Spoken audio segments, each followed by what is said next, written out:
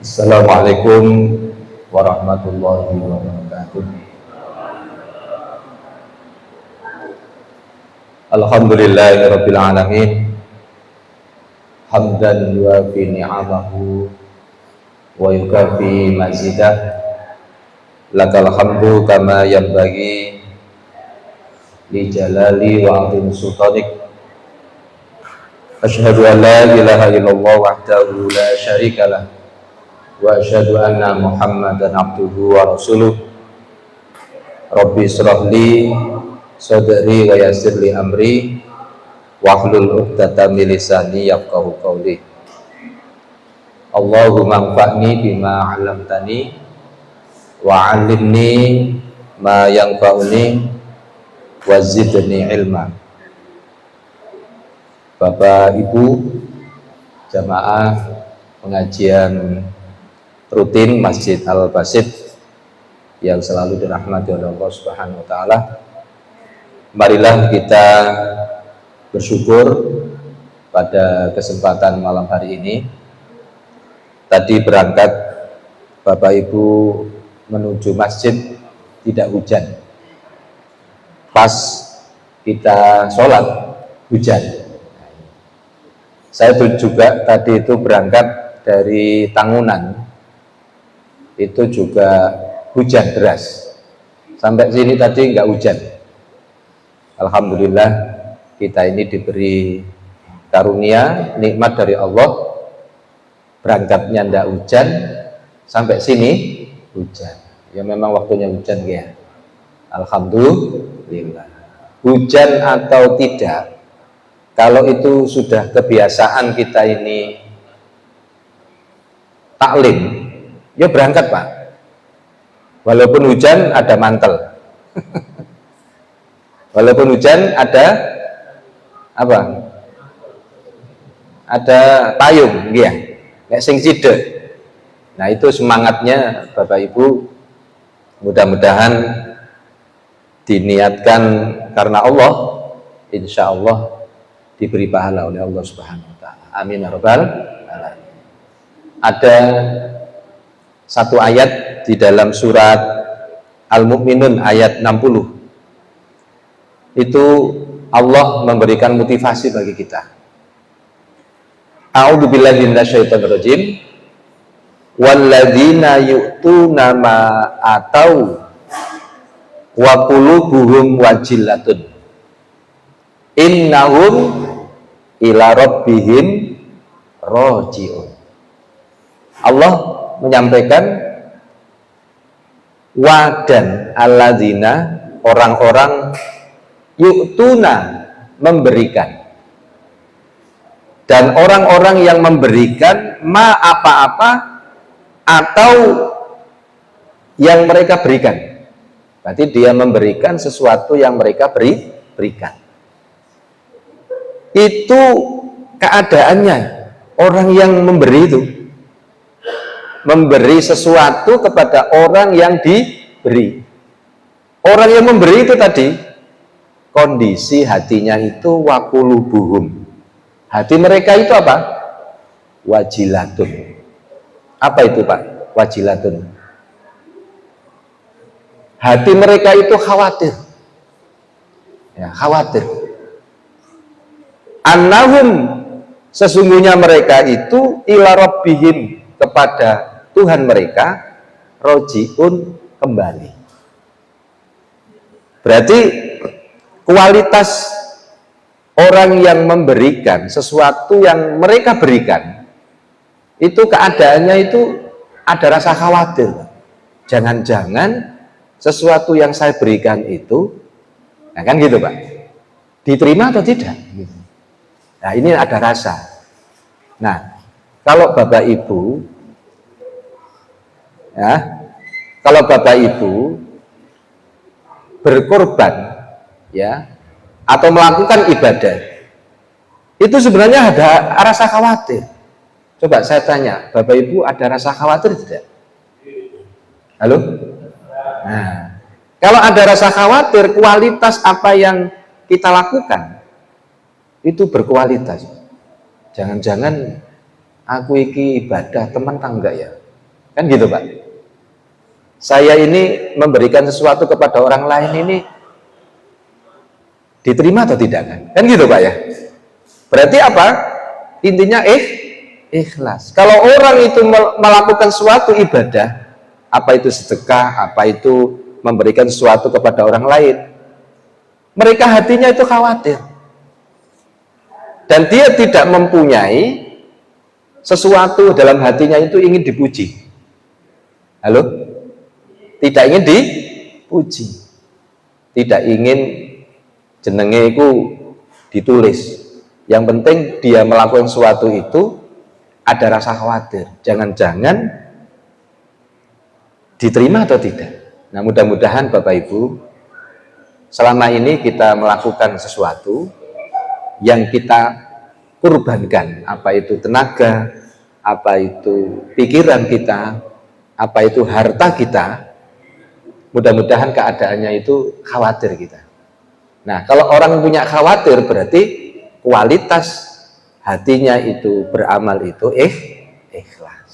Ya, mudah-mudahan bermanfaat. Ini pembukaan yang saya sampaikan karena dia yakin kalau orang beramal itu dia meyakini aku kok wayai mati, kabeh itu ya mati Pak. Kalau orang yang punya pikiran itu aku mati, berarti dia kalau beramal berkualitas. Nah, mudah-mudahan itu sebagai motivasi kita, dan mudah-mudahan amal perbuatan kita diterima oleh Allah Subhanahu wa taala. Amin ya rabbal alamin. Shalawat beriring salam semoga tetap tercurahkan kepada Nabi Muhammad sallallahu alaihi wasallam. Bapak Ibu, saya lanjutkan kajian kita tentang ibadah. Kita masuk bab tentang tahiyat, ya, tentang tahiyat dan tasyahud. Ini perlu saya sampaikan, walaupun setiap hari kita itu sudah mempraktekkan, kita kadang belum tahu. Nah, ini namanya ngaji, gitu ya.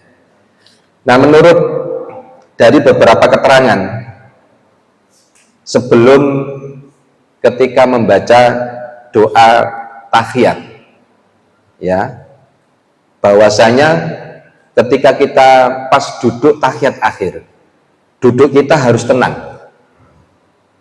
Nabi itu menggerakkan telunjuknya gini, ya, untuk menunjuk satu kali saja, ya, di awal duduk saat mulai membaca tasyahud. Berarti kalau at-tahiyatu langsung, tidak menunggu tasyahud, asyhadu Allah baru gini. Kita kemarin kan sudah membahas itu. Berarti satu kali di awal duduk saat mulai membaca tasyahud, namun tidak menggerak-gerakkan. Kak ngene gerak apa sih? Ngene atau ngene enggak ada. Berarti sekali gerak itu gini, itu tidak digerak-gerakkan secara keseluruhan, karena di samping hadisnya itu menyimpang, yang digerak-gerakkan gini, itu juga menyalahi prinsip tumak-ninah. Ini kesimpulan yang kita bahas yang kemarin, bahwasanya majelis tarjih dan tasdid itu menyimpulkan bahwasanya gerak itu adalah sekali saja ketika tahiyat, ya kan gitu. Dan itu kalau yang hadis yang menggerak-gerakkan apakah kanan kiri, ke atas bawah atau kanan kiri, itu tidak ada. Prinsipnya adalah bagaimana kita itu kalau sholat itu jangan menyalahi prinsip tumak-ninah.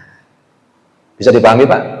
Nah, kalau ada masih jamaah yang sholat jari telunjuk dan digerak-gerak gini, ya kita nggak usah nggak usah maido, ya. Wis pokoknya, oh berarti gurung belum bisa melakukan sesuatu yang memang dipikir tumak-ninah, yaitu semua punya prinsip pemahaman masing-masing. Nah, kalau kita kaji kemarin, kesimpulannya adalah digerakkan sekali saja, tidak digerak gerak-gerakkan. Ini menimbulkan apa? Masalah. Iki ya. Gak tenang. Kalau urusan nanti kalau orang yang menggerakkan ini punya dasar digerak-gerakkan gini ada dalilnya, monggo silahkan. Namanya kajian tarjih ya dibahas Pak. Di sini kemarin sudah saya bahas. Kesimpulannya itu. Nah sekarang kita masuk ke bacaan tahiyat atau tasyahud. Ini ada dua, ya. At-tahiyatu lillahi wassalawatu wattayyibat assalamu alaika ayyuhan nabiyyu wa rahmatullahi wa barakatuh. Assalamu alaina wa ala ibadillahis sholihin. Asyhadu an la ilaha illallah wa asyhadu anna muhammadan abduhu wa rasuluh. Nah itu yang hadis riwayat jamaah dari Ibnu Mas'ud dan Salman Al-Farisi radhiyallahu anhu. Sebagian lafaz Ibnu Mas'ud itu diawali dengan sabab al-wurud, sebab turunnya hadis itu loh Pak. Kalau ayat itu namanya apa? Asbabun nuzul. Kalau hadis asbabul wurud. Nah, ya ini asbabul wurud. Asal usul hadis ini muncul. Namanya asbabul wurud. Bapak, sebab al-wurud hadis bahwa latar belakang Nabi itu mengajarkan assalamu alaika ayyuhan nabiyyu. Itu asal usulnya karena sebagian sahabat itu mulanya ada yang menyebutkan assalamu alallahi. Asalnya itu Pak, asalnya assalamu alallahi itu artinya apa? Kesejahteraan atas Allah. Nah itu kesejahteraan atas Allah. Kalau kita bahas artinya aja Pak, memang gini Pak, ada motivasi orang itu kalau melakukan ibadah itu bukan sekedar apa itu kualitas, tetapi kuantitas, bukan kuantitas, tetapi kualitas. Kan ada istilahnya gini Pak, ada anjuran dari Allah itu dalam ayatnya, ada namanya wasari'u, ada namanya sabiku, ada namanya apa? Pokoknya wasari'u, bercepat-cepatlah, nah, bersegeralah kan itu. Ada namanya sabiku, berlomba-lombalah. Ini anjuran dari Allah Pak. Berarti kalau orang ibadah itu supaya kita ini cepat-cepat ya dan bersegera, itu intinya adalah bagaimana kita ini ibadah itu berkualitas, bukan kuantitas. Ya percuma saja kalau kita ibadah selama ini sholat 5 waktu ya rukuk sujud gitu saja, tetapi kita itu nggak pernah mengkaji bagaimana sholat kita berkualitas. Salah satunya apa? Karena kaitannya tentang sholat. Nah bagaimana sholat kita ini berkualitas, bacaan sholatnya itu kita paham gitu Pak. Walaupun hari ini Bapak Ibu sholatnya itu ajeg, tapi kadang sholat kita belum paham apa yang kita baca, gitu lah ya. Halo? Ya. Tapi sholatnya sah, karena jenengan sudah pakai doa. Nah, alangkah baiknya sholat yang kita lakukan itu bukan sekedar ritual, tetapi kita memaknai ayatnya, doanya itu. Contoh, langsung ke ini. At-tahiyatu lillahi. At-tahiyat itu kan artinya apa? segala kehormatan. At-tahiyat. Biyen-biyen gak roh at-tahiyatu. Gak roh artine ya? Halo? At-tahiyatu lillah. Tapi jenengan membaca Arabnya tapi nggak paham artinya. Ini kan namanya gak berkualitas, Pak. Cuma ritual saja. Eman kan, Pak ya? At-tahiyatu apa? Kehormatan, segala kehormatan lillahi, bagi Allah. Berarti jenengan membaca at-tahiyatu lillahi, segala kehormatan bagi Allah. Wassolawatu apa? Segala permohonan. As-sholawat, as-sholawatu, permohonan, doa, gitu ya. Ya, doa. Berarti coba, sholat itu kan juga namanya doa, gitu Pak ya. Apakah di luar sholat itu ada doa juga? Halo? Ada. Tetapi di dalam sholat itu apa, hubungan antara hamba dengan Robnya itu juga doa. Sehingga bagaimana kualitas ketika kita ini sholat itu sama dengan berdialog dengan Allah. Itu Pak ya. Coba kita membahas tentang selama ini kita membaca surat di dalam sholat. Itu kadang kita ini nggak paham gitu Pak ya. Satu contoh aja, ini rasa-rasanya jenengan selama ini sholat itu merasa berdialog dengan Allah tidak? Hah? Berdialog Pak? Nah, kalau berdialog, apakah paham apa yang kita baca? Paham Pak? Paham? Nah, itu harus ada apa ya, belajar terus. Doa tadi itu at-tahiyatu lillahi wassolawatu wat thayyibat. As-sholawatu itu segala permohonan, wat thayyibat, dan segala kebaikan. Untuk siapa? Allah. Saya coba ke ayat yang lain aja. Jenengan ketika membaca surat, wis pakai surat Al-Kautsar itu aja ya Pak ya. Ya, nggak apa-apa Pak ya. Nah, untuk bagaimana kita sholat ini berkualitas gitu loh. Saya ingin dialog antara seorang hamba yang sholat dengan Robnya. Kalau kita nggak pernah seperti itu, berarti rasa-rasanya sholat itu ritual tok gitu. Saya ngambil surat Al-Kautsar. A'udzubillahi minasyaitonirrajim. Bismillahirrahmanirrahim. Inna a'tainakal kautsar. Apa artinya? Sesungguhnya. Siapa yang sesungguhnya? Kami. Kami siapa? Halo? Kami siapa? Allah kan?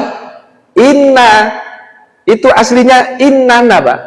Inna sesungguhnya, na kami. Itu siapa yang berbicara? Allah. Jenengan baca, tetapi yang berbicara siapa? Allah. Kan sama dengan kita membaca konteksnya, ayatnya, tapi Allah yang berbicara kepada kita. Yang baca kita loh Pak.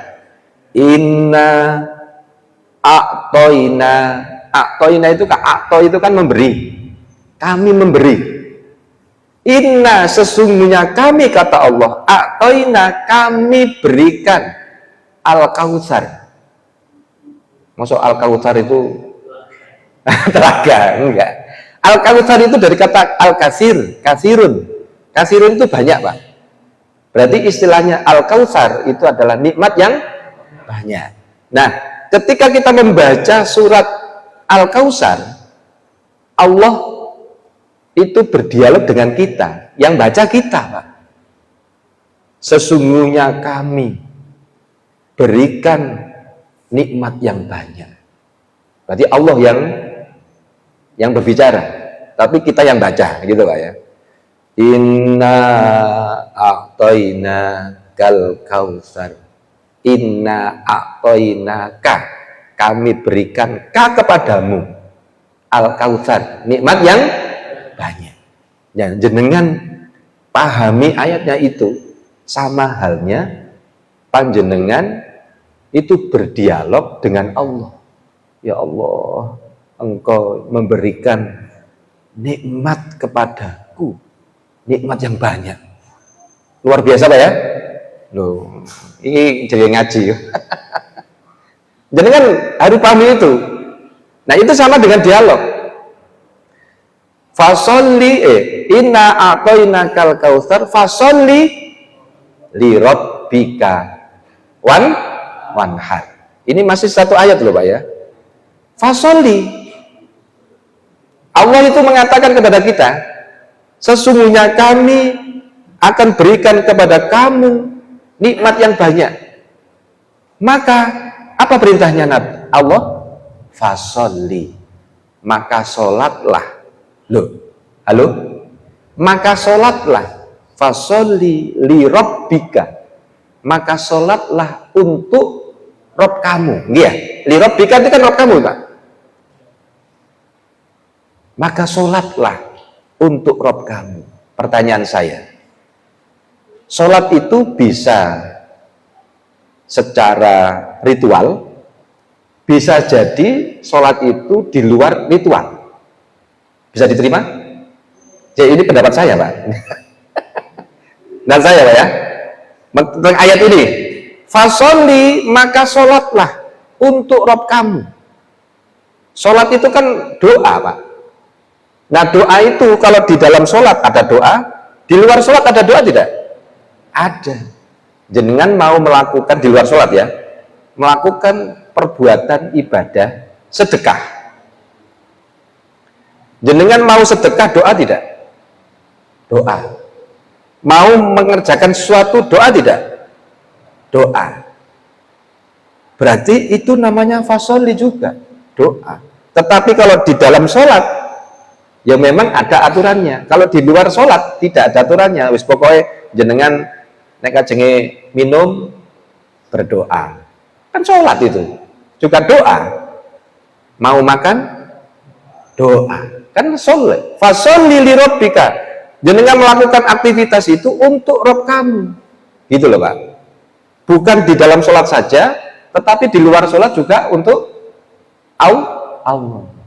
Seandainya kita ini segala aktivitas apa saja itu untuk Allah, jenengan itu gak ono intine iku perasaan mangkel, halo, grundel, nggih ya? Grundel ini lho, mboten enten. Nggih ya? Oh, grundel, mboten enten. Contohnya ngeten, saya gambarkan di pesantren. Anak-anak itu latihan untuk tidak grundel. Ya memang dilatih. Peraturan itu pokoknya harus taat dengan aturan. Nek wayahe salat yo salat, wayahe ngaji yo ngaji. Jenengan kan mboten enten peraturane, jenengan aturan dhewe nggih ya. Nah, anak-anak itu nggak boleh protes. Ya, aturan itu yang dilakukan oleh ustadz di pondok itu untuk melatih diri kita untuk membiasakan baik. Tapi ada anak yang grundel Pak. Wah, enak-enak apa turu sholat tahajud.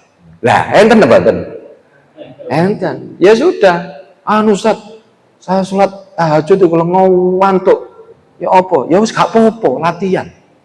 Mbok Allahu Akbar ngantuk-ngantuk titik gak apa-apa. Tak omong ini loh Pak, ini namanya latihan, membiasakan diri. Untuk apa?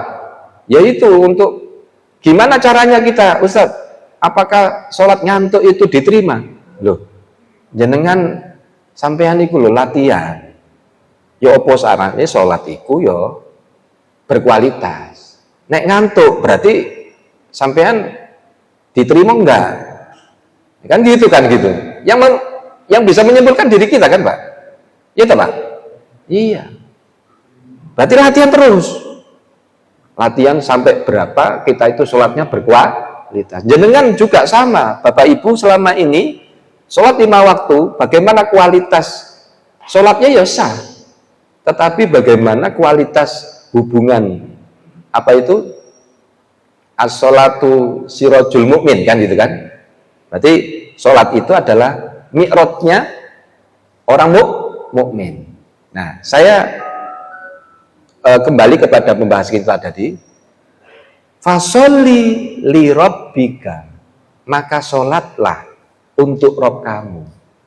Berarti sholatlah untuk Rob kamu, bisa di dalam sholat, bisa di luar sholat. Kalau kita praktekkan segala aktivitas itu karena Allah, wah luar biasa Pak. Jangan kak gerundel wes. Orang sholat itu pasti baik. Nah inilah kualitas itu. Fasholli li rabbika wanhar. Apa wanhar? Berkorbanlah. Jenengan budal teko masjid teko nerine kurban enggak Pak? Kurban.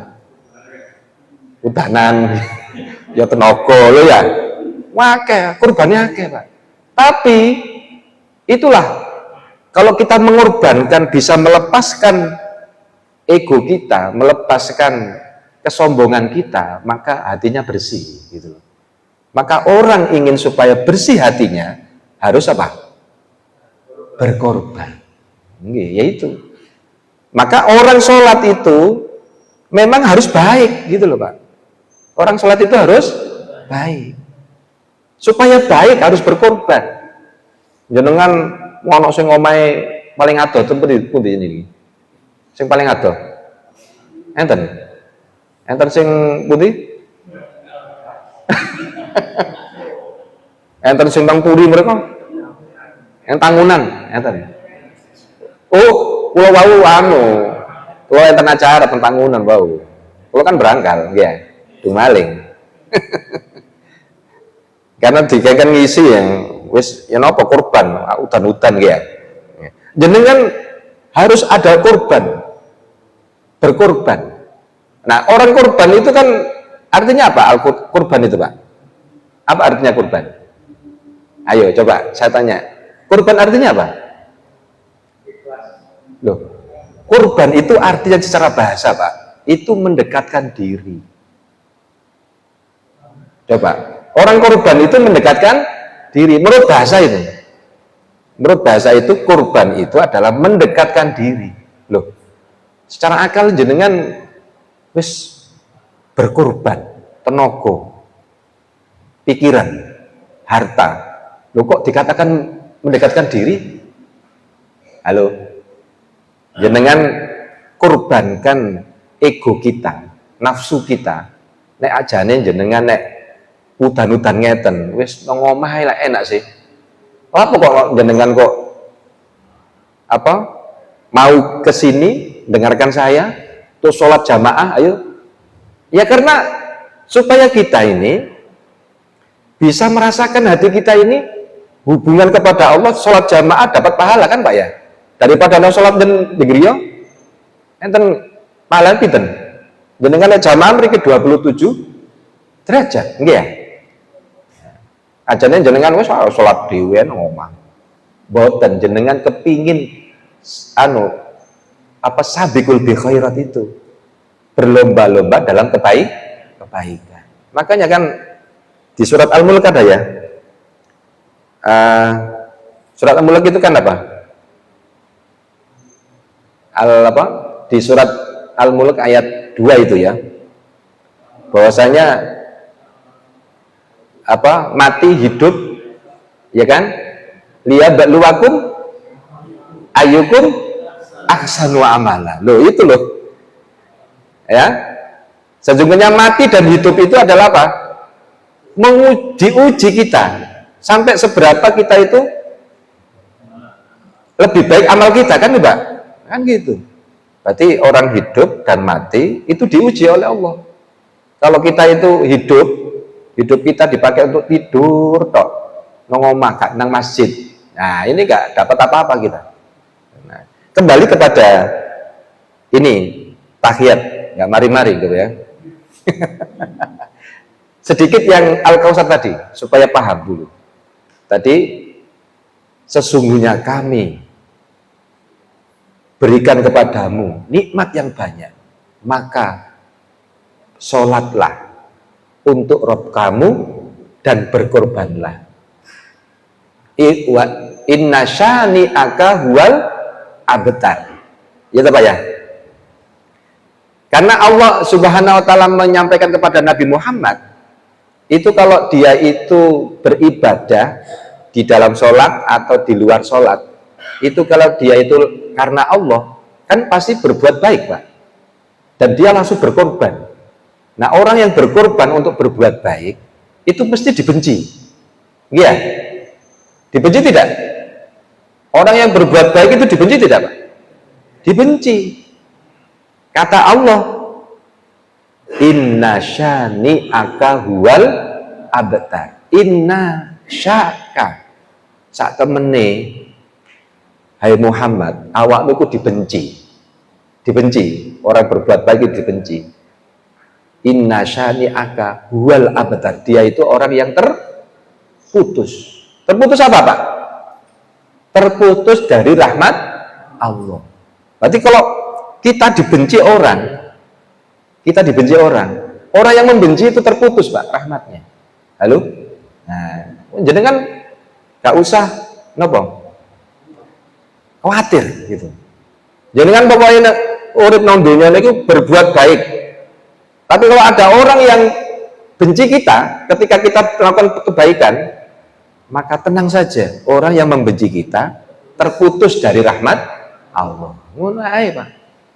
Loh, ini loh jenengan pakai surat Al-Kautsar di dalam sholat. Hati kita ini sama dengan dialog dengan Allah. Ini masih surat Al-Kautsar Pak. Jenengan sudah hafal berapa surat? Juz 30 ya? Anaba ya. Wis jenengan surat An-Nas dipahami, surat Al-Falaq dipahami, nambah meneh surat Al-Ikhlas, tambah terus Pak.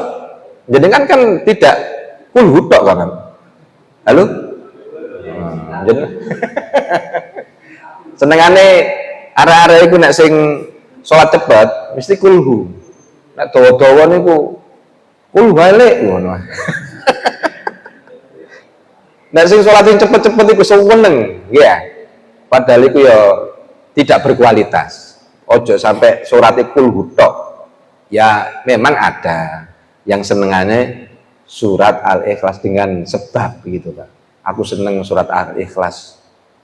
Ya kan gitu. Ya enggak apa-apa gitu. Saya lanjutkan. At-tahiyatu lillahi wassolawatu wattayyibat. Segala kehormatan, demikian juga segala permohonan. Wassolawatu itu permohonan, wattayibatu segala kebaikan itu milik Allah.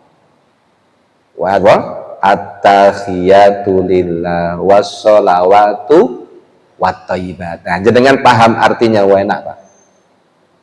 Assalamu alaika, keselamatan alaika atas kamu ayuhan nabi. Nah gitu.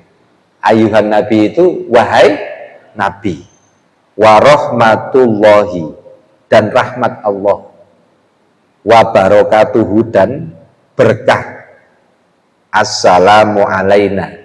Itu tadi kita menyebut pertama segala kehormatan, segala permohonan, segala apa Pak? Tadi segala apa? Kebaikan itu hanya Allah. Kemudian yang kedua kepada siapa? Nabi Pak ya? Ya, kepada Nabi. Keselamatan, rahmat dan berkah berkat Allah atas wahai Nabi. Setelah memuji Allah, yang kedua memuji Nabi. Assalamu alaina. Nah, ini kepada kita. Kalau tadi kepada Nabi, kita kepada kita. Assalamu dan juga assalamu dan keselamatan pula alaina atas kami, wa ala ibadillahi dan atas hamba Allah as-solihin, hamba Allah yang soleh. Jenengan pahami at-tahiyatu gak cepet-cepet direnungi ngono. Jenengan mungkin sholat suwe mungkin. Halo? Nggih ya, direnungi ambek pelan-pelan ngono. Nggih ya. Nikmat. Ya. Nah, itu. Nah, ini di dalam asbabul wurud itu sebab sebagian sahabat mulanya itu ada yang menyebutkan assalamu alallahi, kesejahteraan atas Allah, yang kemudian dikoreksi Pak oleh Nabi bahwa sesungguhnya Allah itulah assalam, gitu loh. Aslinya itu ya sahabat itu mengatakan assalamu alallah, kesejahteraan atas Allah. Loh, keliru dari Nabi ini. Sesungguhnya Allah itulah yang assalam, sumber dan pemilik sifat sejahtera, gitu maksudnya. Kemudian maka bila duduk ucapkanlah at-tahiyatu lillah, assalamu alaika ayuhan nabiyyu. Nah, itu asal usulnya Pak. Aslinya itu assalamu alallah, akhirnya at-tahiyatu lillah wassolawatu wattaibah assalamu alaika.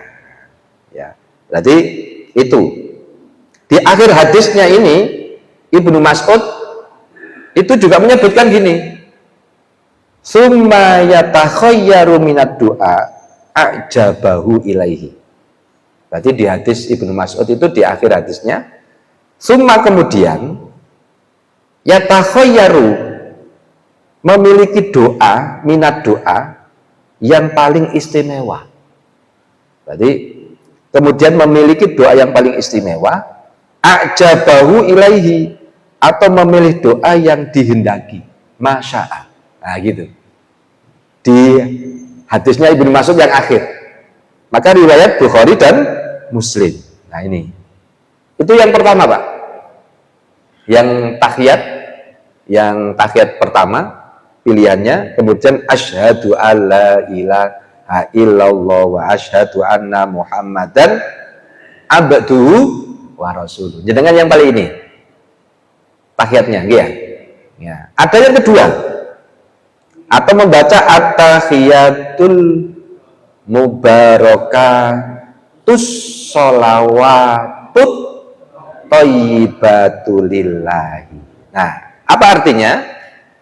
At-tahiyatul mubarakatus sholawatut thayyibatulillah. Sama, artinya sama, cuma redangnya berbeda.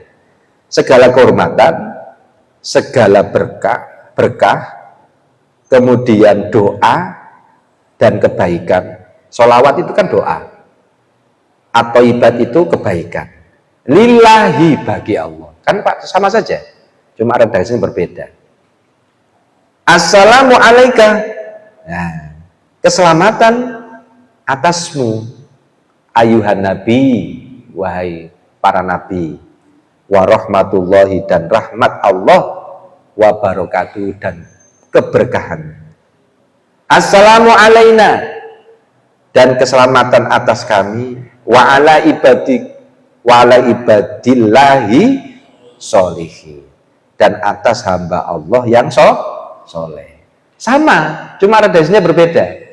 Kalau tadi itu at-tahiyatu lillah wassolawatu wattayyibat. Kalau ini kan at-tahiyatul mubarakatus sholawatut thayyibatulillah. Itu assalamu alaika ayuhan nabiyyu warahmatullahi wabarakatuh. Assalamu alaina wa ala ibadillahi sholihin. Hampir sama yang terakhirnya. Coba bedanya depan aja ya Pak ya.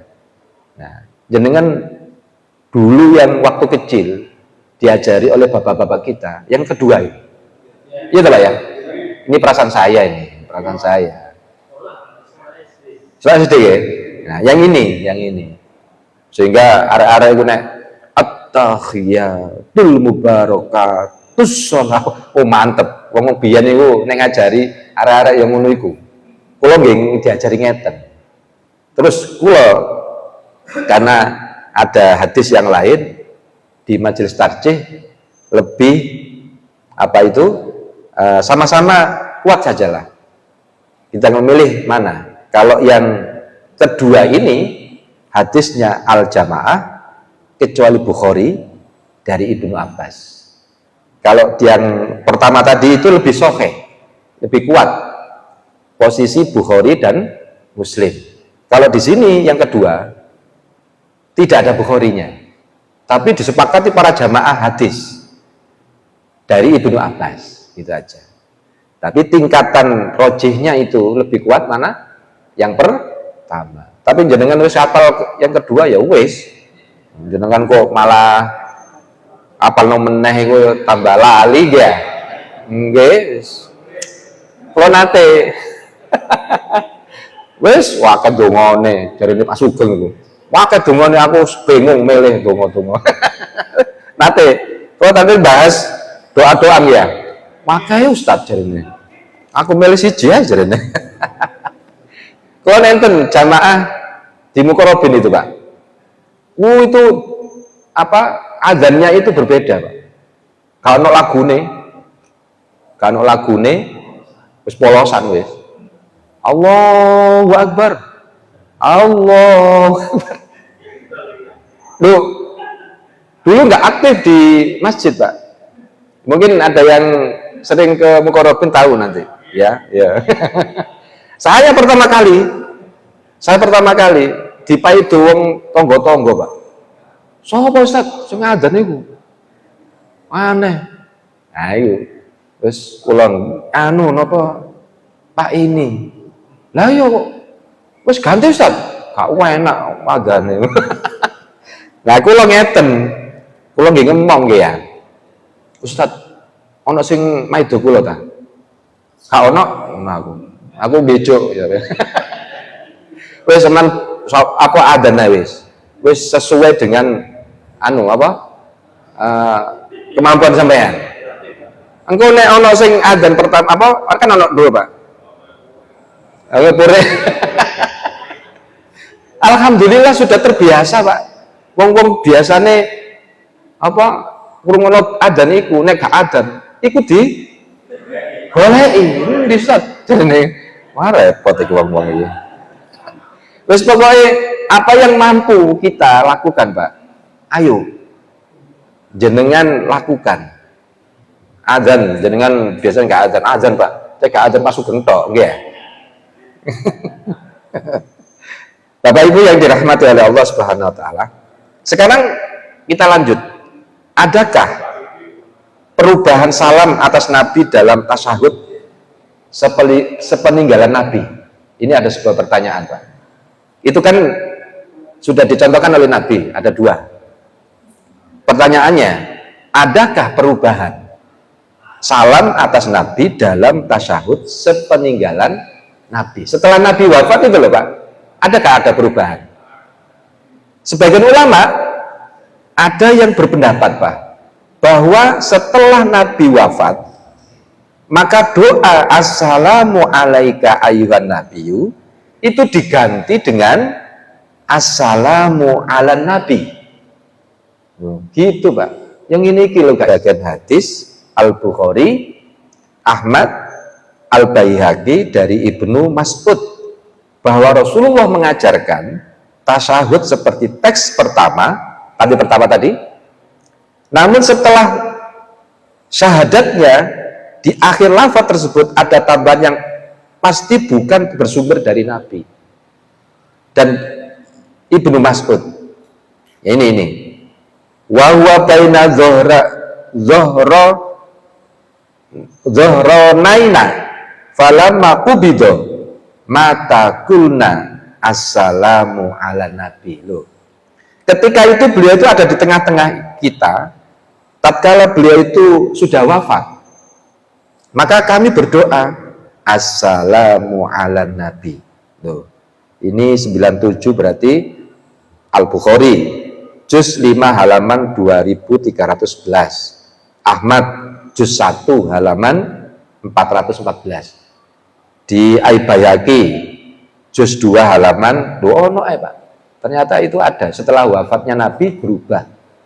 Nah, meskipun hadis ini juga sahih, Pak, sahih ini, tetapi yang diajarkan secara jelas, yang tegas, langsung oleh Nabi itu adalah assalamu alaika ayyuhan nabiyyu wa rahmatullahi. Itu yang penting, sing jelas langsung kepada Nabi. Masalah nanti setelah Nabi wafat kemudian berubah, jenengan milih mana, Pak? Ya milih langsung pertama aja. Kalau memang ada yang memilih yang setelah Nabi wafat, boleh tidak? Ya, boleh, karena sahih. Gampangannya gitu. Sehingga lafaz salam atas Nabi dalam tahiyat tidak perlu dirubah. Yang penting wis aku tak niru sing langsung diajarkan Nabi aja. Oh, sudah bisa, Pak ya? Sudah? Nggih. Jangan dirubah. Sama seperti Nabi mengajarkan Al-Quran kepada para sahabat bagian per bagian. Nah, ini insya Allah nanti kita lanjutkan, Pak. Nggih, monggo.